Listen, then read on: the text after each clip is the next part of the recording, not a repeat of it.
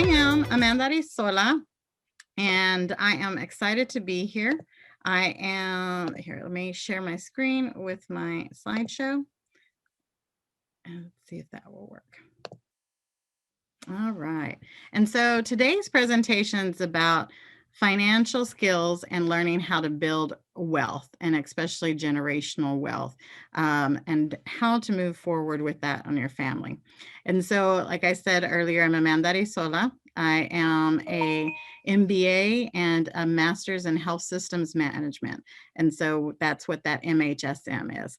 I am a certified nerd. I have done really well in school. I enjoy school. School's not for everybody, but this is just a little bit of my picture. I'm a native Fort Worthian, and also sixth generation Tejana.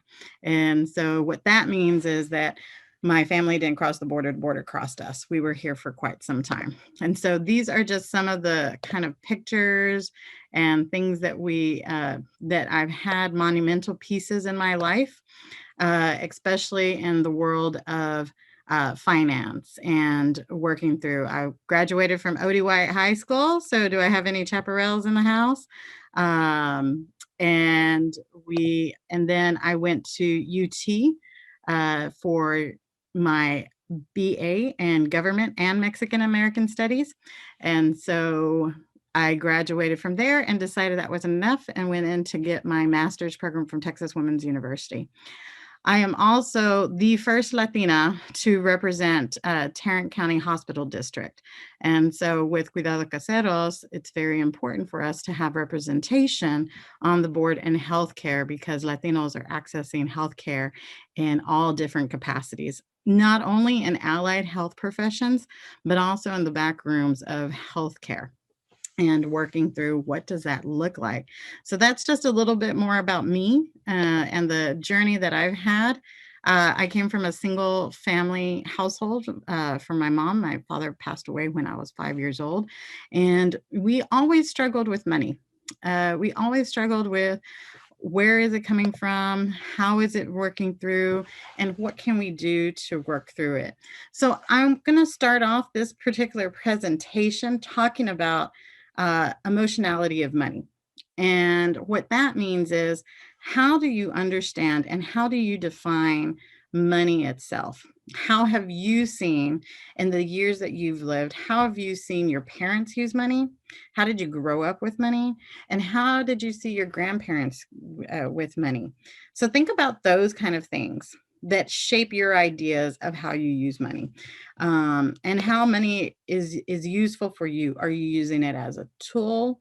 Are you using it as a crutch? Are there ways to be able to look at different things? Are you at a point where, if I know I saw in a couple of the chats, some of y'all had a part-time job, some of y'all are trying to get a job and looking at ways where you're going through. And so one of the first things when you start looking for a job and start thinking about and start earning a paycheck, and or if you're given an allowance, or if you are given birthday money, how are you using that? What are you thinking about when you're using that?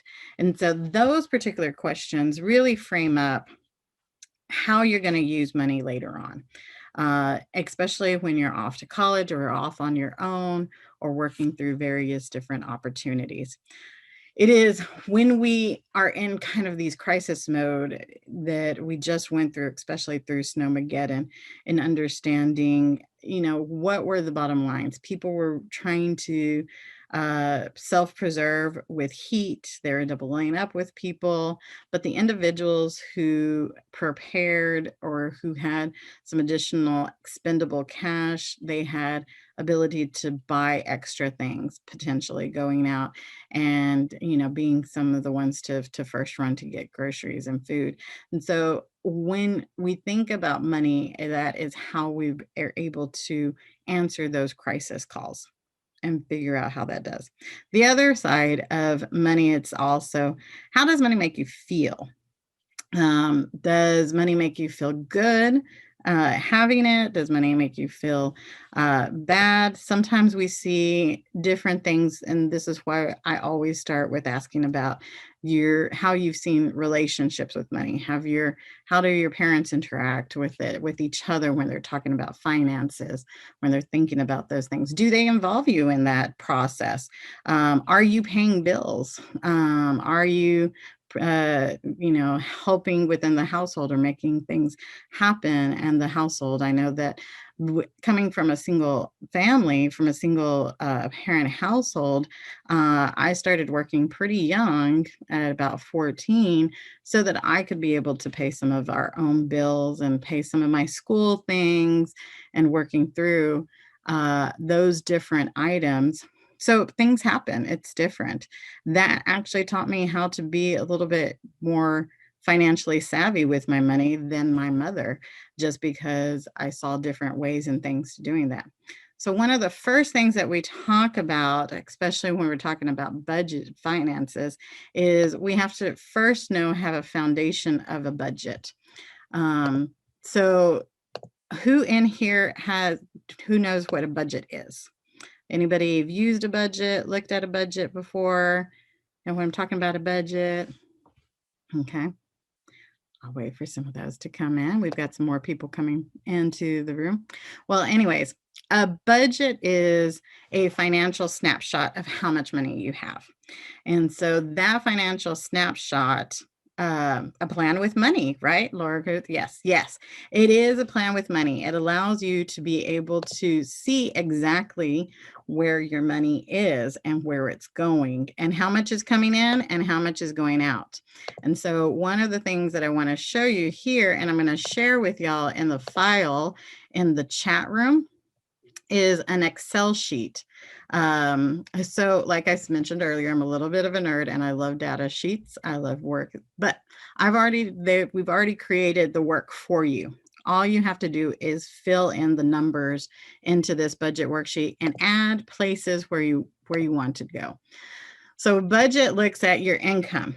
And so what income is all of the money that is coming into you that you have either created from a job or somebody has given you. Did anybody have a side business? Anybody have an Etsy shop or anything else that they're working on? That's money coming from wages. And so that's from income from wages. If you've received any gifts that are coming in, that is also a considered income, as well as any other allowances or any other information that's coming from anything that you get at any point in time, that is income. So, because that's money coming in. And so what I have here is a projected monthly. So let's say you get like 300, let's say you get 500 a month from your job. So see how it already filled in there? You can do that. These other columns that I have here, actuals, January through October, you can track over a year time of how much money is coming in so that you can see your total amounts. As for your expenses, you have varying different expenses. So anybody pay for their own cell phone or car insurance or public transportation, pay for their own buses, pay for movies or anything like that.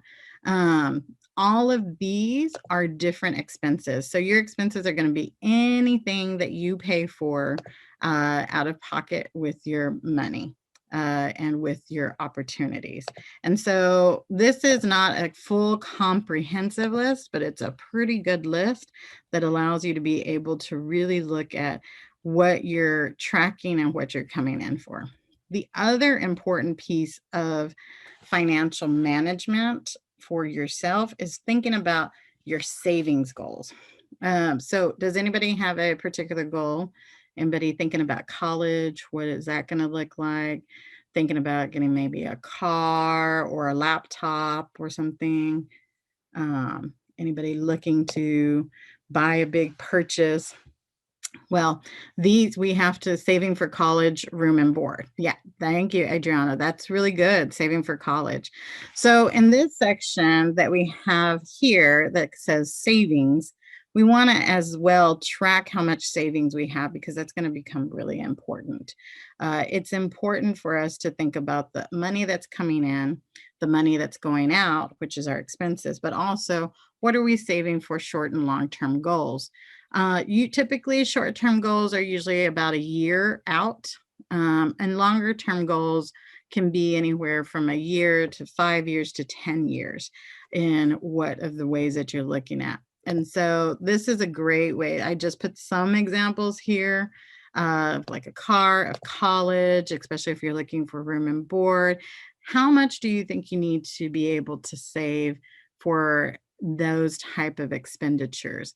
So really looking at researching what room and board could mean for you.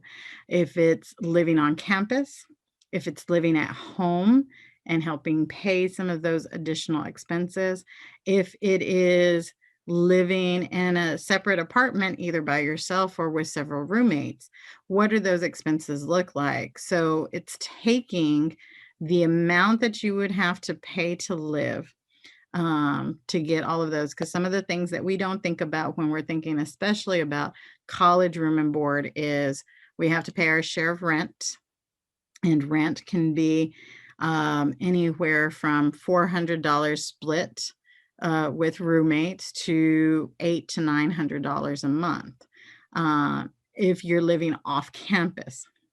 If you receive on-campus housing and room and board is included in that, those expenses could be consolidated a little bit more, so you don't have to pay out those full amounts at every month, but rather they give those amounts in a semester. And what does that look like? Also, when you're thinking about college room and board, you're not only thinking about rent, you're thinking about utilities, and also how are you going to eat and get to places, whether your area has good public transportation or if you're going to have a car. So this spreadsheet here helps you think about what those expenses could really look like. I also personally, I don't know about the ladies and maybe the men in the room also, thinking about how much you spend on hair, nails, eyebrows, lashes, hair care products, that could go on for days. We do want to make sure that we have those expenses covered in, because those little things can add up as you're looking at a wider expense. That's why this worksheet, where it says actual in January, March, breaking it down by month, you're tracking those expenses so you can tell what your habits are. And also, it allows you to see when in specific months where you're spending more money or where you're spending less money. I see from Laura Cruz, she has a question about room and board. Do you pay rent or before the semester? So if you receive room and board from the university, and they have a line item there for room and board, that's going to be in part of your tuition that you pay through. So for the universities, most likely that is going to be part of your semester tuition. And you can work different payment plans with the bursar's office at your different university on how to make those payments. Each university is a little bit different, but there are those options to make those different types of payments for room and board. Now, if you receive any type of scholarship or grant, they will also include after tuition, especially if you're looking at any other type of governmental loans or grant programs, that excess money could be used for room and board as well. So explore all of your options when you're looking at what that line item does for y'all. And this is where it's a good, but also it says room and board. One of the tips that I found out, I had a large, when I went to University of Texas at Austin, first year, first gen college student, had no idea.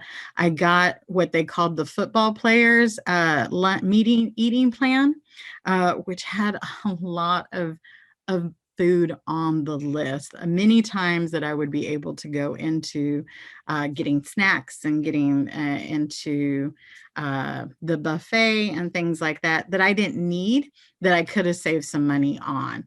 So think about those things as well when they give you options for a food plan.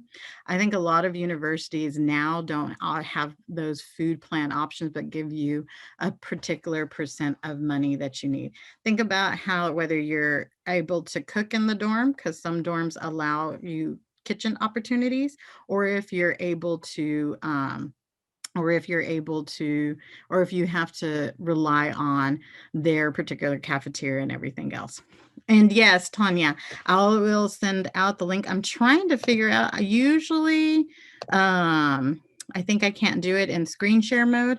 Usually Zoom will allow me to send this out through the chat, and that's where I was going to send it. Let me check so that you can have access. If not, I'm going to put my email address here, and y'all can email me and send me your email address, and I will send you all the documents that I'm going to show today, just to make sure y'all can have access to this spreadsheet. Okay. All right. Any questions on the budget spreadsheet? All right. Do what y'all are doing. Send me questions as we're going through. So once you start looking through your budget and understanding what your habits are and how you've been tracking all of the different opportunities, and we're going to talk a little bit about some fintech opportunities. Let me know in the chat if anybody's using any budgeting apps or if you're using any money apps right now. I'm going to show you some. But once you start thinking about that, we start looking at what are SMART goals.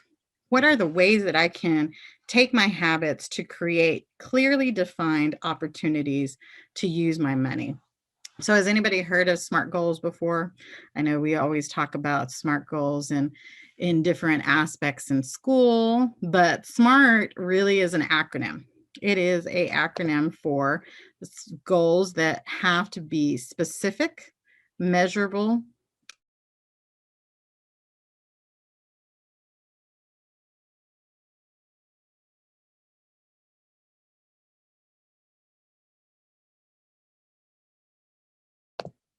and hello. Can you all hear me now? Okay, great. As well as timely. You want to be able to utilize that timeliness to be able to ask those questions. And so I'll be sending out this presentation as well, because this is a lot of information for a short period of time. But in a specific goal, you want to identify, what do I want? How can I achieve that goal? In a measurable, it is doing that research of money and figuring out, how much do I need to reach this goal? And then attainable, is it worth it? Is the goal worth it?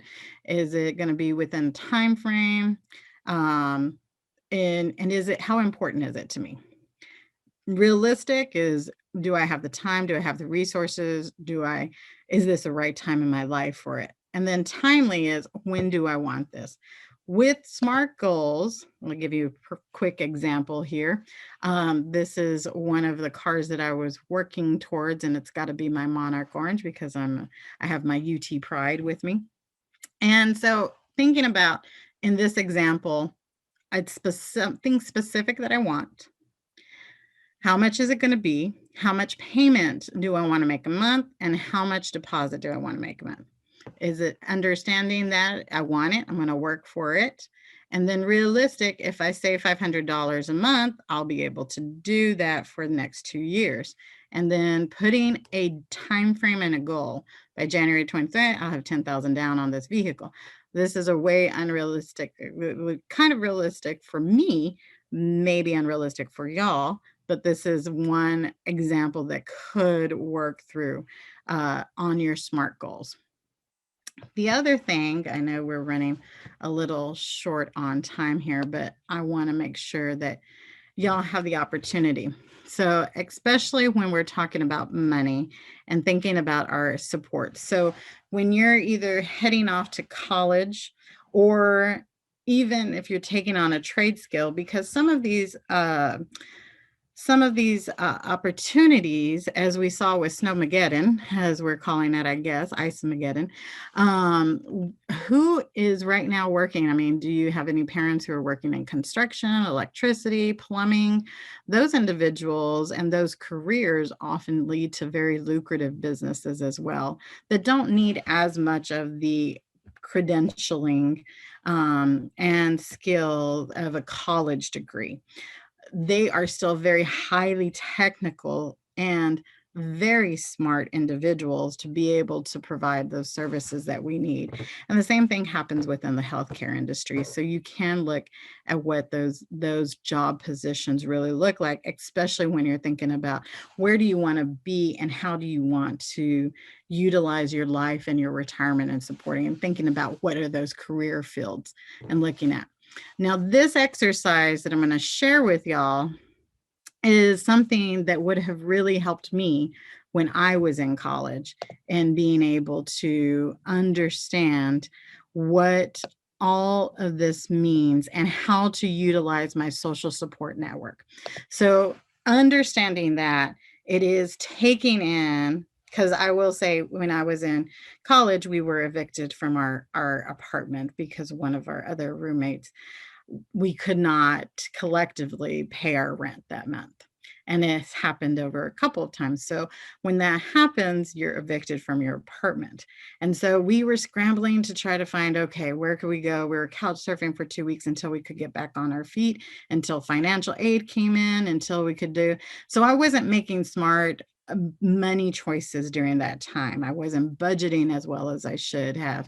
I wasn't managing my money as well as I should have. But this exercise would have helped me to be able to make better choices and to not have fear during that time that I would get back on my feet. So think about what it's called is mapping social support. So think about all the people in your life. Think about all the things in your life and sit down and really put in where you could possibly find some support. And so this is something quick that I did that would have been helpful. So I'm Amanda, I'm in the circle, I'm in the middle. And who could help me the most? Potentially my parents could have helped me the most. My mother could have. Unfortunately, during that time, she couldn't at all. But she could offer emotional support and also additional resources. Work was okay. Maybe I could have asked for an advanced on my paycheck at some point in time.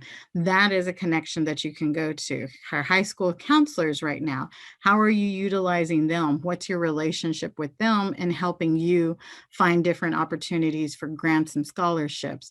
Your friends, how are your relationships with your friends, especially when you get to the university and college level or in that other work life area?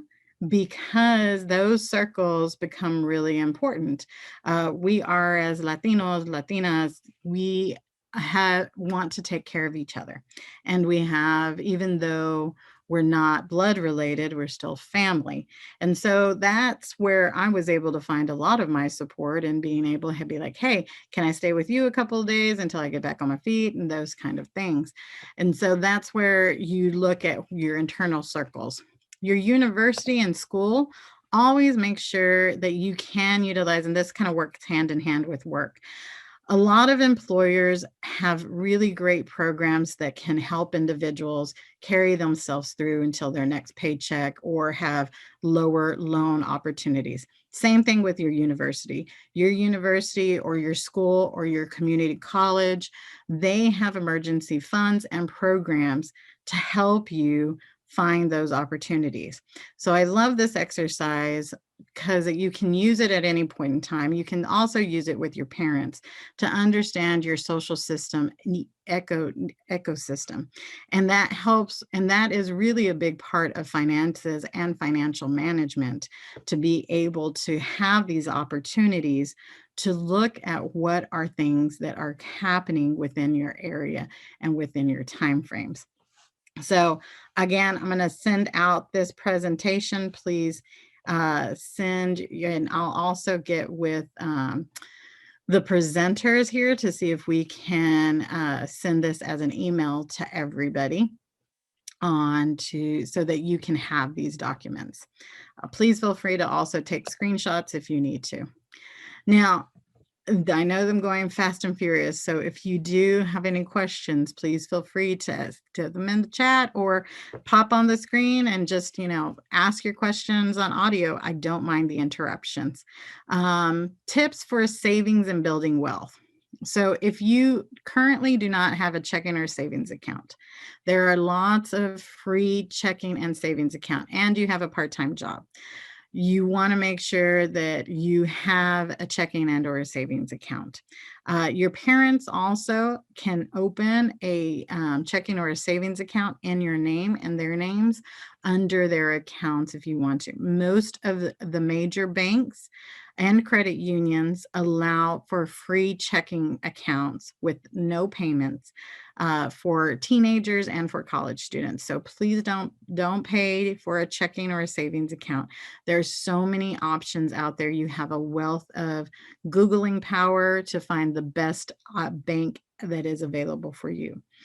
The second part of that is really understanding your budget. What we just went through over the budget and the Excel sheet, that is going to allow you to have some freedom of understanding your own money, of where you're using and where you have ability to move through with money. The third thing I can't get into detail here, but I want you to take control of your finances and understand the power of compounding interest and of whole life insurance plans. This is where communities have been able to really build wealth and retirement. And this is how you can go at your age right now. I'm assuming 15 to 18 on this call, of being able to put in as little as $10 to $20 a month into a whole life insurance plan. And by the time you're 40, it would grow into $1 to $2 million based off of compounding interest off of maybe 240 to $300 a year. It is understanding. If you ask your teachers anything, ask them to explain, especially your math professors. We might not like the algebra, we might not like everything else, but ask them to explain what compounding interest is to you and how you can use that, and as a good investor as well, into your own life. This is going to save, because those whole life plans, it's borrowing your own money, you're paying yourself back. That's one of the biggest things that will help lead to generational wealth and to help you feel like you have additional freedom. And we talk about freedom of money and freedom of being able to retire and take care of our families. I know that's for me, that was a huge thing that I felt a lot of pride that I could take care of my family and help support and help move forward. Now, Fintech apps, we'll talk about this really quickly, and then I'll open up for some questions. Is that does everybody have a smartphone? Anybody you'll have a smartphone, you'll have access to the internet. These are some really good apps that I use that are for the most part free. So if you're not good at creating that budget plan or using through this app here, You Need a Budget, has a free option to it on all mobile devices. And what that allows you to do is it allows you to take a photo of any receipts that you put in. And also it allows you to connect to your bank if you're using a bank, so that it can be easier for you to track your money. And also they utilize a concept of assigning every single dollar that you come in a job. And what that means is that it either goes to an expense, it either goes to savings, or it goes to something that you want. And so understanding your wants versus needs is one of the things that this budgeting tool really helps with.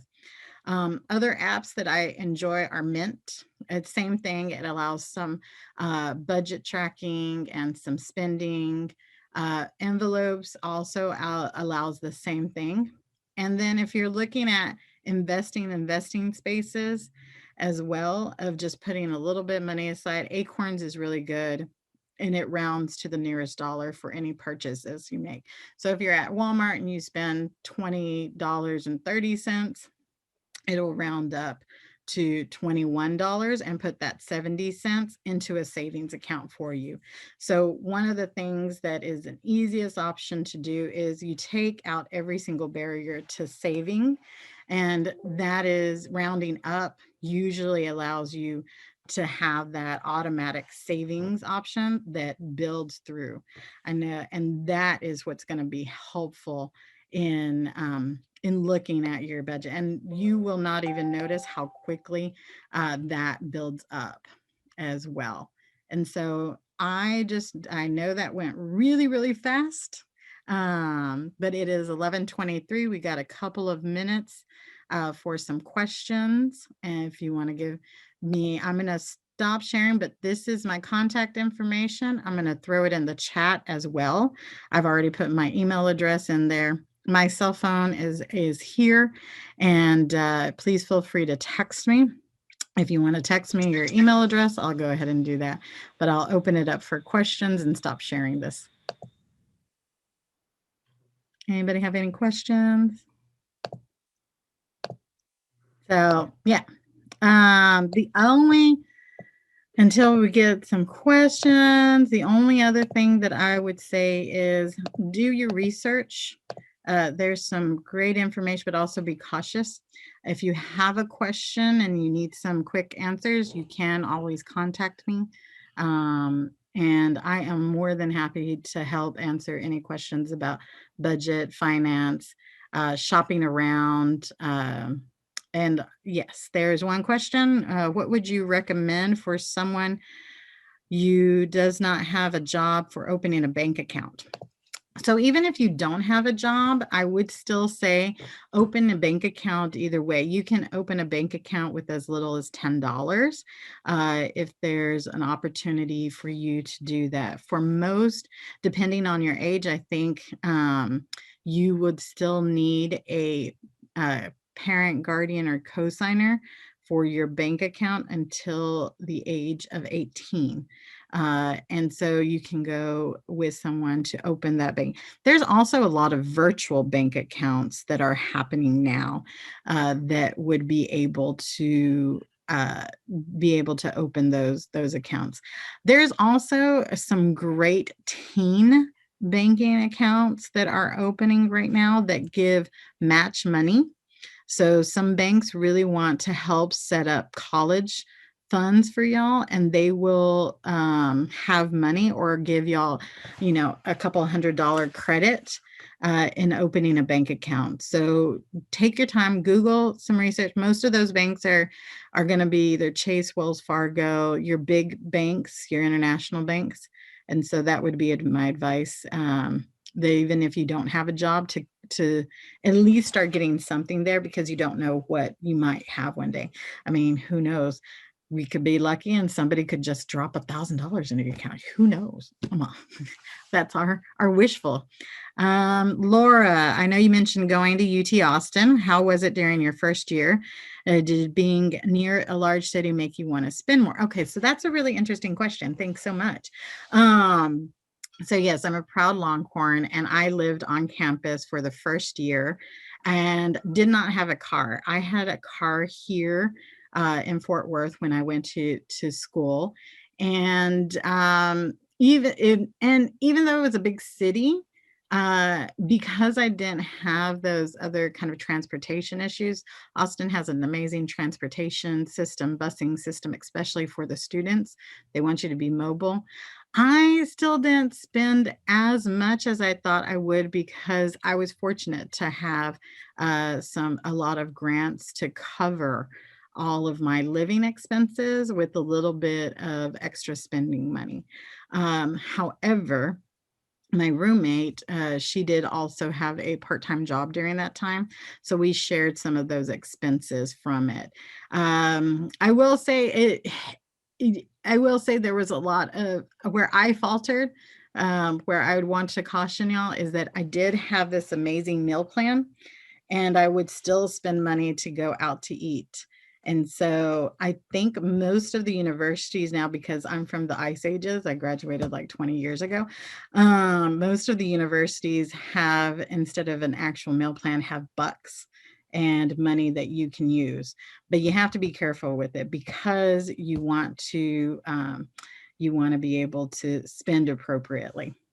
And so if you want to chat, please feel free to call me. We're about to start in the main hall of our keynote speaker. And I really appreciate your time. And I'll get, again, email me and I will get with y'all for the links for the information. Okay.